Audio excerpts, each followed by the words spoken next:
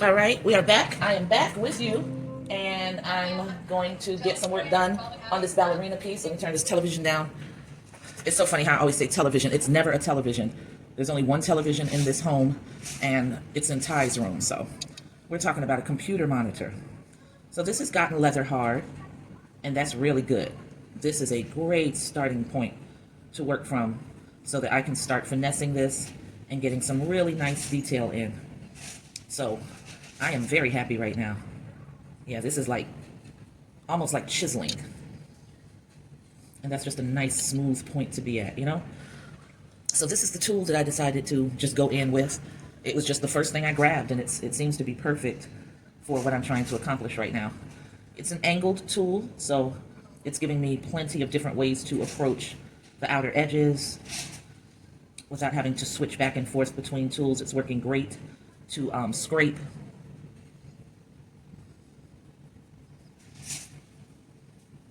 And there's no need for a lot of narration. You can just watch this process as it's going down right along with me.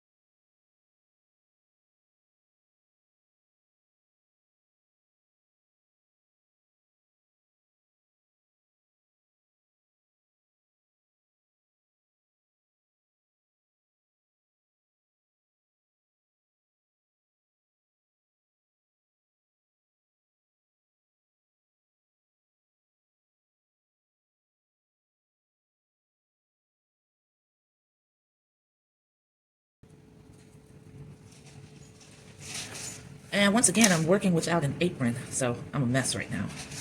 But it's cool though, because we are getting to a real nice point with her, where I expect to be finished in about, I'd say another hour or so. Try to see something. I'm not sure if I'm going to use this detailing, so I'm going to put it at a point that I can easily chisel out. So let's see.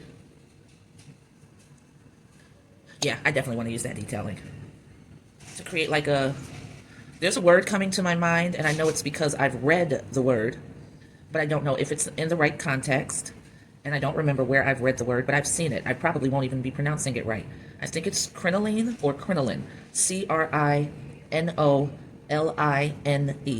and I'm going to have to look it up, but I feel like it's the material that tutus are often made out of, so like a very gauzy, net-like material that is stiff and can stand and maintain shape on its own. So I wanted this to have the look of that crinoline. Now this is going to look way more textured and static because I'm just trying something here. I don't know how to replicate that exact look. But I just want those textures and those flows to be reminiscent of what I think is called crinoline. And that's going to mean that I've got to put little divots in there and, you know, just really have some fun. That looks like a Reese's cup cap right there. So that works too. So anyway, we are calling it right now at 55 minutes, and I'm going to go ahead, take my break, and then I will be back. Peace.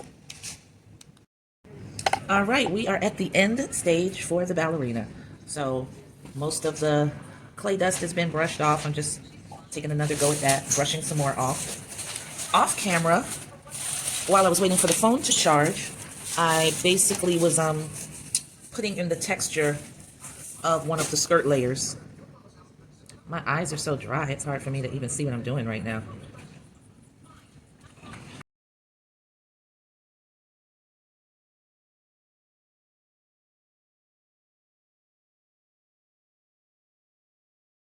And she's looking real good, so let's go ahead and spray her down.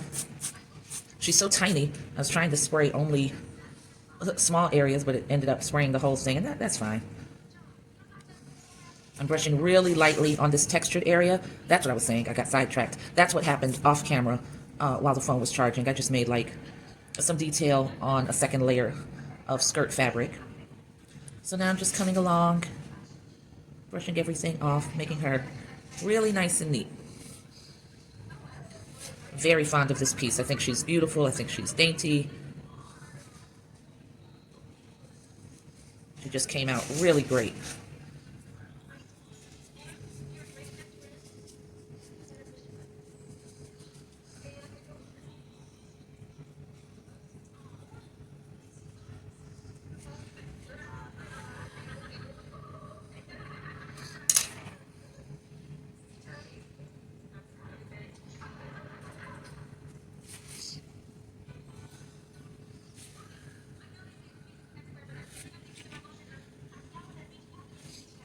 Okay, so she's looking really good. Just gonna go in here with the needle tool and reinstate some of that textured area. Anything that got a little bit demolished by the moisture of the water. And nothing too bad happened, so I think I'm good. And I'm gonna take a little piece of towel and just dry the table and around her on this little piece of canvas that I created her on, and that's just so I can take some nice photos, and she will be put out to dry. Now tomorrow is going to be dedicated to glazing of pieces that I have picked up from the studio that I have not given any love and attention to. These are all pieces that were bisque fired and now need to be glazed. Most of them are going to be getting glazed with matte white if I have enough of it, or some other color that'll work, so that I can go in and paint over it. I've actually got to go test one of my pieces where I used the matte glaze and then I painted over it with Dixie Belle Slick Stick. You guys have heard me talk about that before. Don't tease me about my lisp. So I had painted an area of that and ended up going out of bounds for where I put the Slick Stick, and acrylic paint got on some areas, and when I went back to try to clean it off, I assumed I was just going to be able to wipe it off with a cloth, but that's actually not what happened. That acrylic paint seemed like it really united with the matte glaze and was on there for good. So I'm like, let me find out that matte glaze unites with acrylic paint on its own so that you don't even have to do the primer. That would cut out a tremendous step, a tremendous waiting period. So I'm thinking if that's what the case is, then I'll be able to just glaze in any color, whatever, probably a very, very light one. Once I get some more money together, I'll get several bottles of the white matte glaze, and I can just glaze fire it with that, and then paint and have ultimate control over my painting and my colors for my pieces without having to go through that additional priming step. And that's a really big deal. So I'm gonna go over there after I do this video, after I complete this video, and I'm going to scratch at it and see. And if it doesn't come off, that's just some really great news for me, because it's going to allow me to go even more quickly with my creations. So keep your fingers crossed for me on that. So I got to take some pictures of this little girl. And I just called her a little girl, not because she's an actual little girl, but because this is such a tiny sculpture. So I think I'm just going to add the pictures to the end of this video, but I'm going to hold her up for now. I'm carefully and strategically placing my thumb right at the top because she's not affixed to this. I don't want her to slide down. But that is how she looks. And again, she was actually supposed to be a pendant, but because I have no sense of proportion and how to do things to scale, she's too big to be a pendant, even for me, because like, all right, I'm gonna try to turn the camera so that you can see her against my chest. And don't talk about my chest, y'all. It's mad dusty because I did not wear an apron at all today, and I've got on a black shirt, so yeah. So anyway, I wanted it to be a pendant that would be, you know, probably double this size, but no sense of proportion. Came out huge. So that's too large even for me. Like that's just no. And it's so three-dimensional that I don't think that really works. But I think I am going to try to revisit this as a pendant at some point. Once I get my skill level up and can do what I intend to do at the offset, or the onset rather. But that's how she looks. And I think she's dainty and she's just beautiful. And she's just a little bit of everything. So that is her. And I'm going to add this to the other piece of the video. She's been smoothed out, so now the only thing that's going to happen with her is that, again, you talk, and the next thing you know, you look and you see something where it's like, that's not cool. And you just got to go in and fix it, you know. You'll see it from different angles, under different lighting, and you'll notice little indentations that you didn't intend to have, and you just go in and clean it up. So yeah, that's the girl. She's done. She's going to be set out to dry tonight. She's going to be placed inside of this plastic bag. You can watch me do that. And she's not going to be closed up because I don't want condensation collecting. I just want her tinted enough so that the air circulates at an even rate and nothing dries too quickly. So this doesn't get closed up. As you can see, the Ziploc part is open, and that's fine. And then she'll get put out onto the patio, and that's where she will stay for, she'll dry for a month. So it's what, August 3rd? So yeah, by September 3rd, I'll be ready to take her to the studio. Possibly a little sooner because she is so small. Oh, here's one thing I never did the whole time. I never picked her up to see if I was interested in hollowing her because she's such a small piece that I don't really feel the need to hollow her out. You know, it's fine for her to be this small and be a little bit heavy. But I'm glad that I'm talking to you guys and just running my mouth nonstop because this can be neater, you know? This doesn't have to look as archaeological as it does. I like a lot of my pieces to look archaeological, like you might have found a treasure and cleaned it up. But that wasn't where my head was at for this, so it's no sense in fronting like it was. But I'm not a stickler for perfectly polished, perfectly finished undersides of things. It doesn't matter to me like it might to some. But like I said, just to make this look a little more intentional, I'll take and scrape some of this away. And underneath here.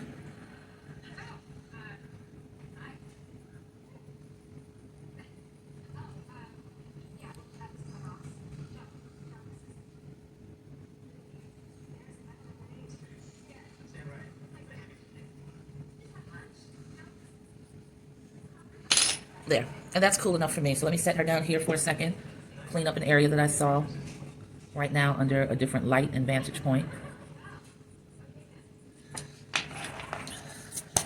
Tossing that off, brushing off the debris.